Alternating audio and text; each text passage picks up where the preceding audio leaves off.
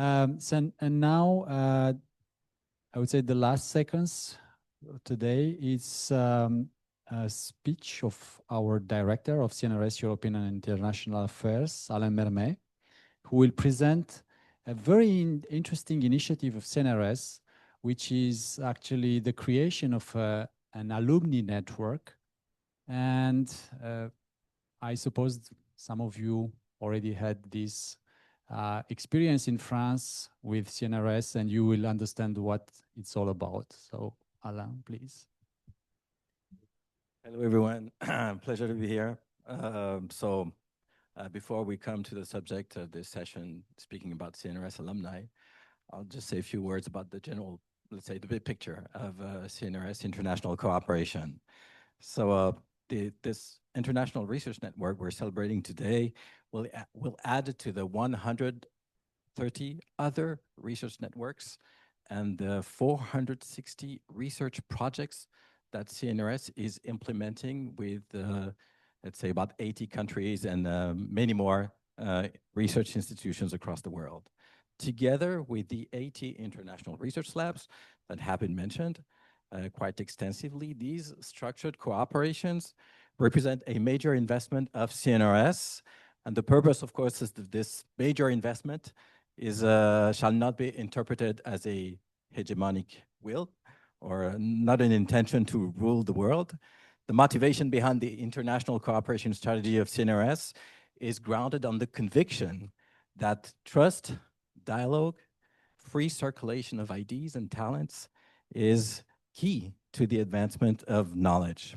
CNRS invests in cooperation not only because we know as a fact that collaboration across borders is a catalyzer of scientific discoveries, or that it's just a necessity to address global challenges, as we have many more, like climate these days, ocean science. We've had a nice inauguration of an international lab about eutrophication this morning.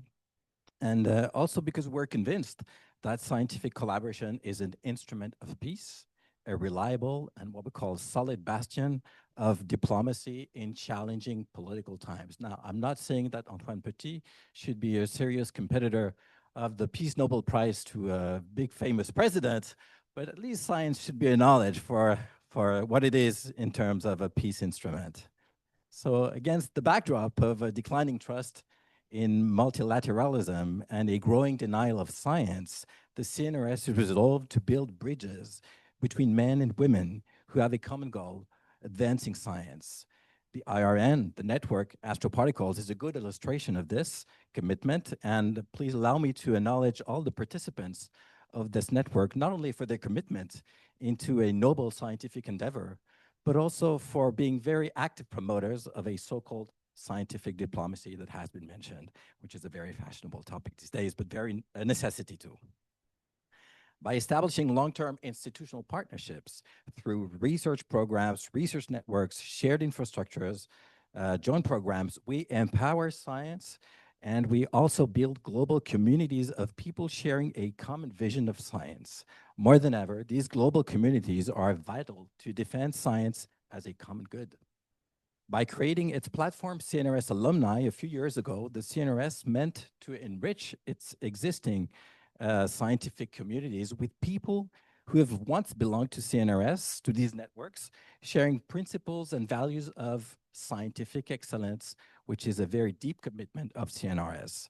The idea is very simple: to recognize that thousands of researchers around the world have at some point in their careers been part of the CNRS ecosystem, and that the shared experience is not something that belongs to the past. It is a strategic asset for the future of science, simply.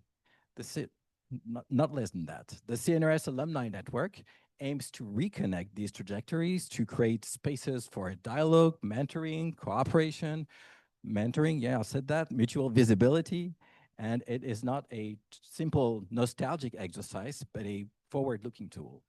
So in many ways, I think this network, Astroparticles, is an illustration of that logic. It exists because generations of scientists have moved between continents, labs, experiments, and because trust was built over time, because former students became collaborators and collaborators became leaders. And so the idea of structuring and valuing this human dimension at CNRS has been strongly supported by President Antoine Petit. It reflects a very clear conviction that scientific excellence and international influence are built not only through institutions, but also through lasting human communities. And so today, I think we're fortunate to have some CNRS alumni among us. And I think it is a nice opportunity to capture what CNRS has represented to them and still represents. I'm looking at you, Marcio, but there are other people. Olivier is also an alumnus of CNRS. And maybe we can engage a conversation and have your thought about what CNRS represents to you. What did you experience with CNRS? What did it bring to your own scientific professional path? What added value do you see in this network? Maybe you have propositions and we'd be happy to have them. Would you see any interest in connecting with existing network structures like this IRN or other labs, for instance?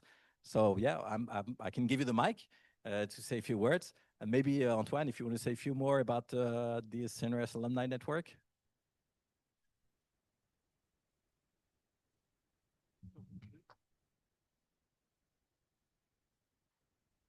Very, very briefly. Surprisingly, we didn't have any CNRS alumni network. Surprisingly, because everybody has his own alumni. What is true is at CNRS, we don't have formally students. So usually alumni is more related to students of school or university. But nevertheless, a lot of people spend some months, weeks, years in CNRS. And I think that almost all of them keep a good souvenir of this year. And we decided some years ago to study the creation of such a network. So we did it last year. But it's still under construction, and it's important for us to really share very frankly what you could expect from such a network. Is it useless? And if it is, we will stop it, and that's up. We all know that sometimes good projects stop. You mentioned a lot of Latin American networks who stop, and some continue. So perhaps it's not a good idea. I still believe it is potentially a good idea, but it's good for us to have a brief discussion, not spend too much time, but a brief discussion with you to understand what from your different position you could expect, if you expect something, once again, what you could expect from such a network. Well, that's it. So the floor will be yours, and be very frank, and don't try to be polite with us. If you consider that it is a silly idea, please tell us.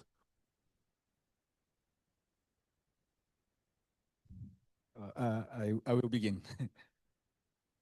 Thank you, Alain. I prepare a few words about my experience.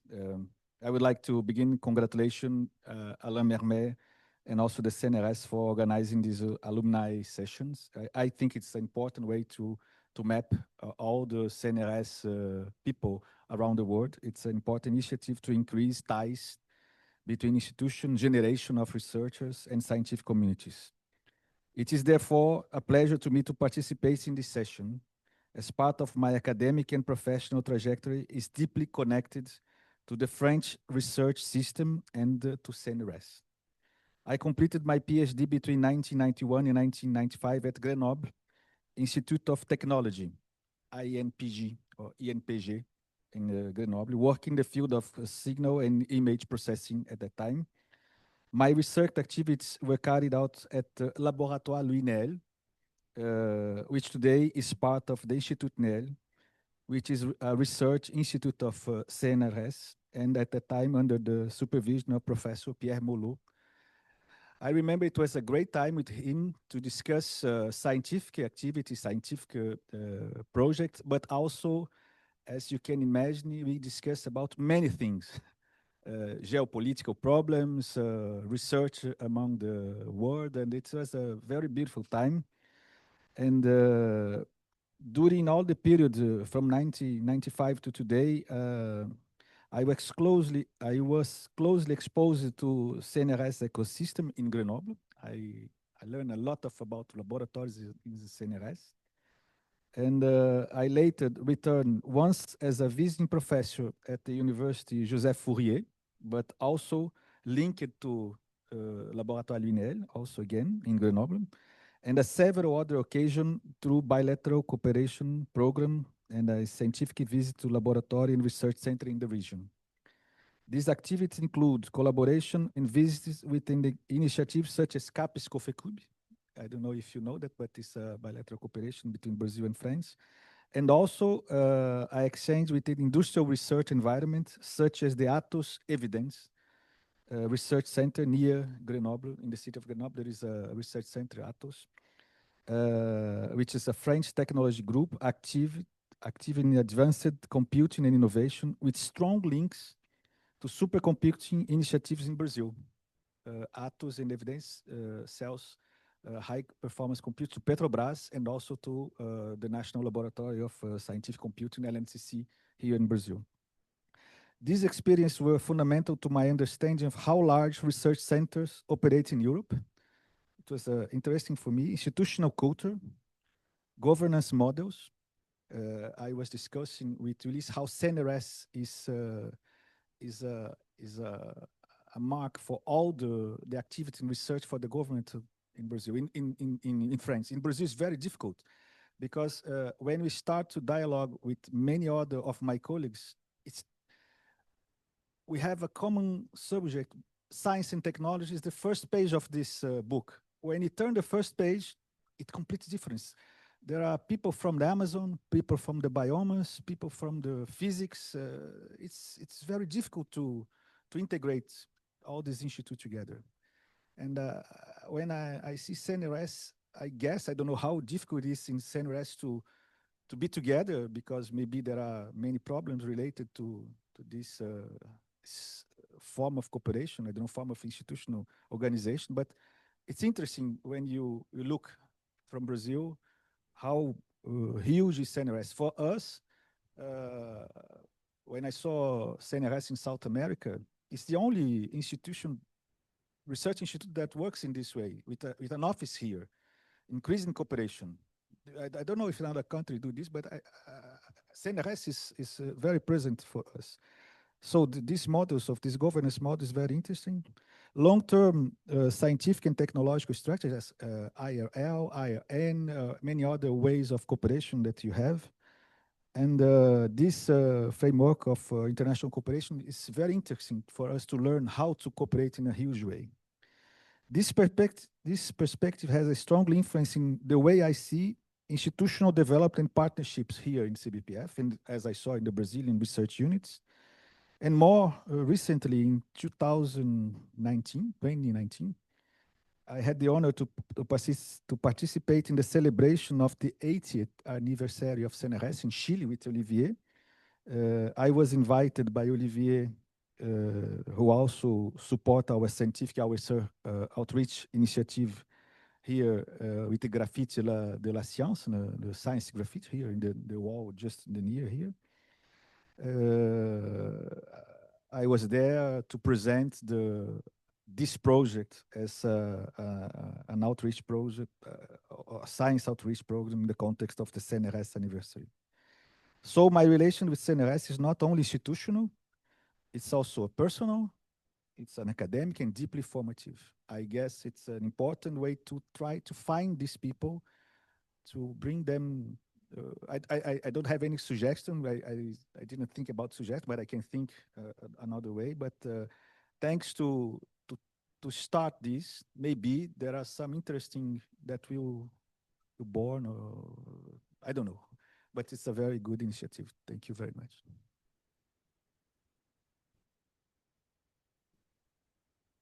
Thank you very much. I would say that you're a special alumnus, because in the sense that you still have this big cooperation as you're still in the field of science, and I think the purpose of the alumni network is also to reconnect with those that have left maybe the science field, or maybe they came to the political field, or you know, other areas. And I think it's also one purpose of this network to really keep the relationship alive. And you've mentioned, of course, the landmark of CNRS, which is definitely big asset of CNRS because, of course, size and scientific excellence. And so, of course, it is something that we should, that CNRS leverages at all levels in the cooperation. Maybe Olivier, or would you like to say a few words about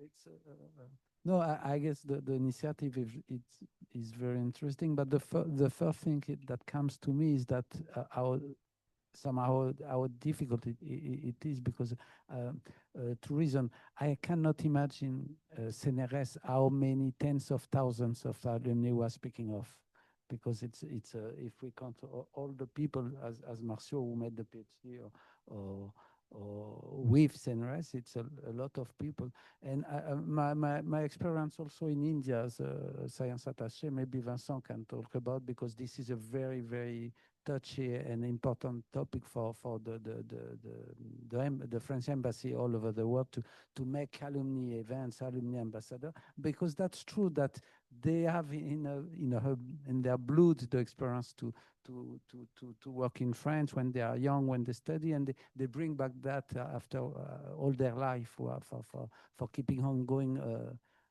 cooperation.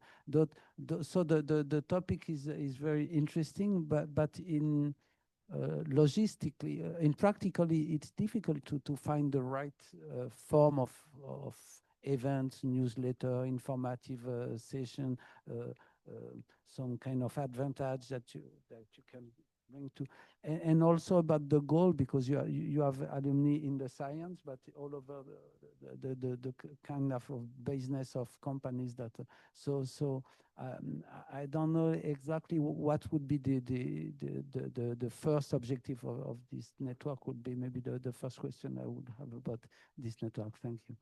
Maybe I got. So we have this platform where you can register, and you should. I mean, you guys. I think one of the purposes of the network is really to try to mentor.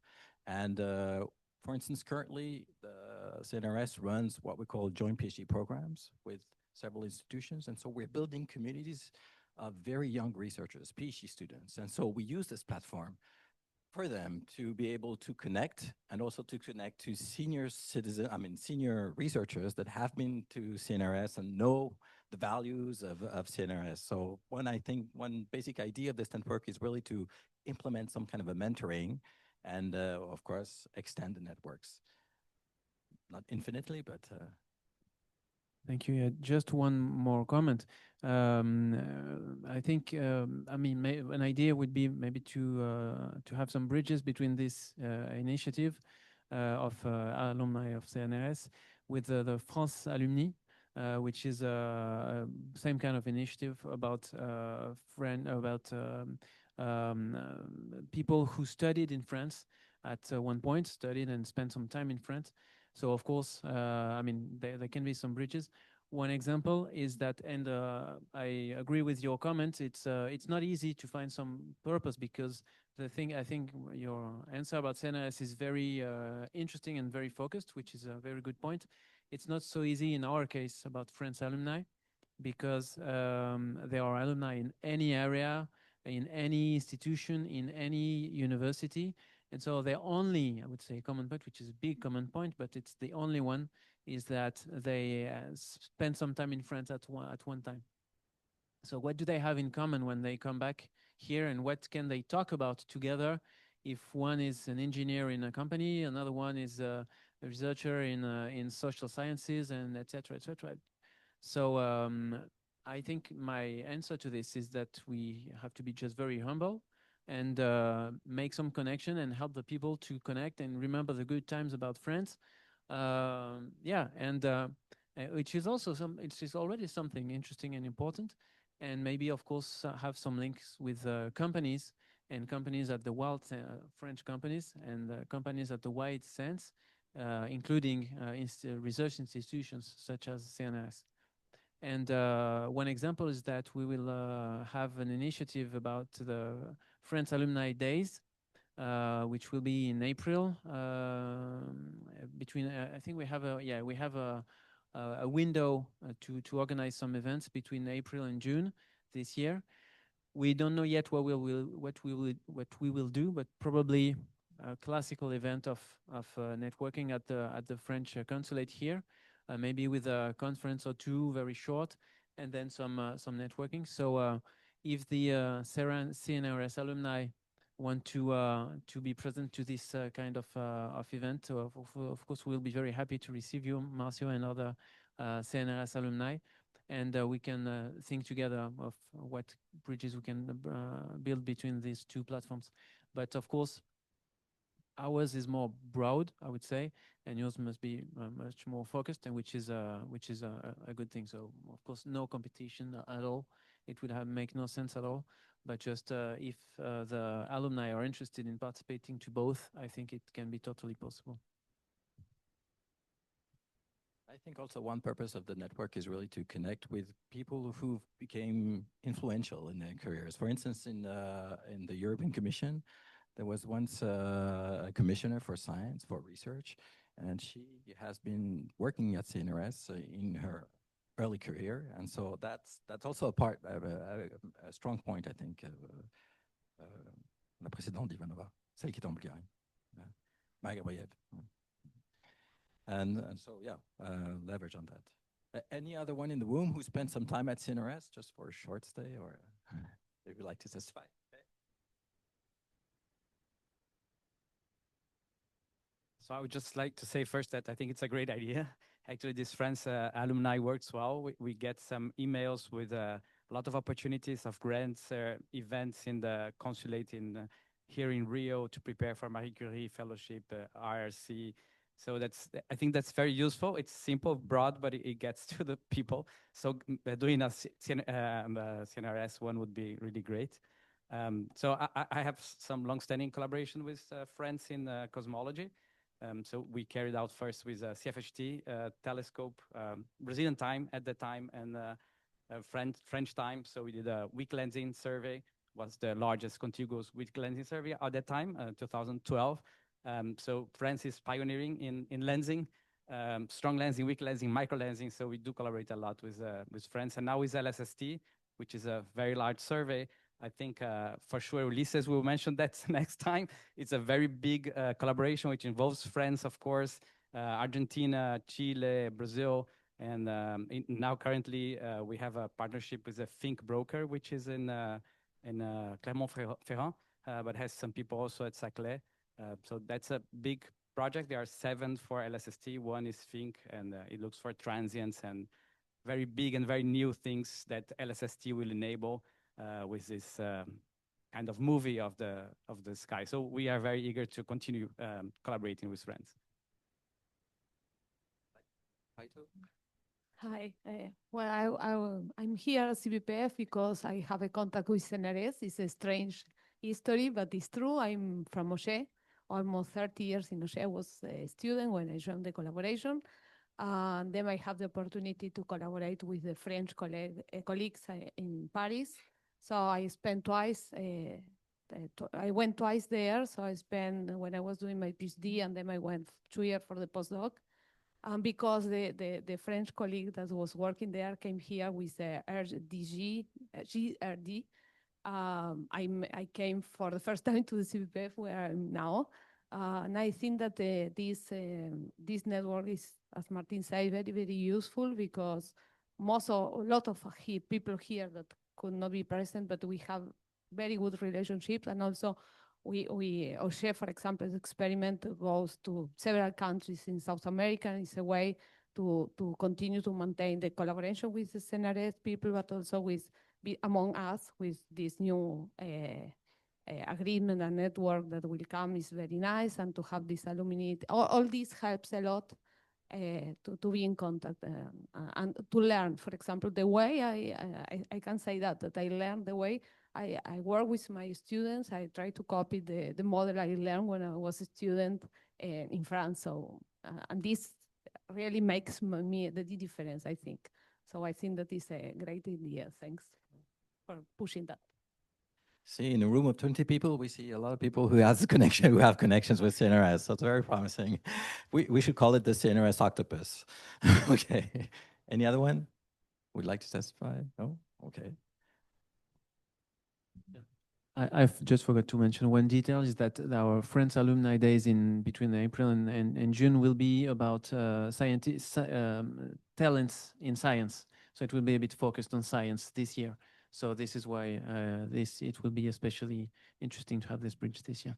Yeah, and also trying to unite our forces to promote, to speak out for science, because I think we will need this more and more in the forthcoming years. And so we need these communities to speak out for science. We speak the same language, basically. We share the same values for science. We know what science means and what it is. I'm going to repeat everything, but so I think we should keep this in mind too for this network. Anyways, thank you very much. Would you like to say a word? Okay, so thank you. Merci. Obrigado. Merci beaucoup, Alain. Merci. Merci, Alain. Thank you very much. Thank you for your participation. And I think the session is now closed. Thank you again, Marcio, Ulises, Antoine.